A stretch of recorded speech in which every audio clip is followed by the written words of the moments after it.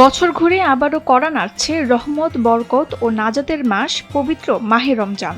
সিয়াম সাধনার এই মাসটি কবে শুরু হবে তা নিয়ে এখন থেকেই বিশ্বজুড়ে শুরু হয়েছে আলোচনা।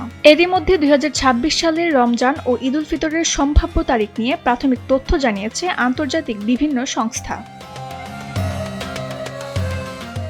সংযুক্ত আরব আমিরাতের দুবাই ভিত্তিক সংস্থা IACAD এর ক্যালেন্ডার অনুযায়ী 2026 সালের রমজান মাস শুরু হতে পারে 17 থেকে 19 ফেব্রুয়ারির মধ্যে। তবে জ্যোতির্বিজ্ঞানীদের হিসাব বলছে 18 ফেব্রুয়ারি মধ্যপ্রাচ্যে প্রথম রোজা হওয়ার সম্ভাবনা সবচেয়ে বেশি।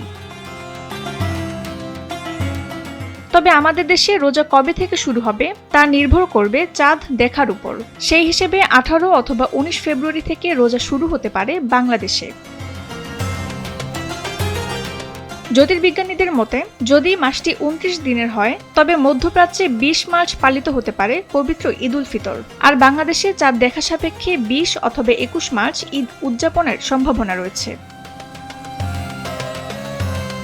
তাসনিম হোসেন লিয়া, সময়ের আলো।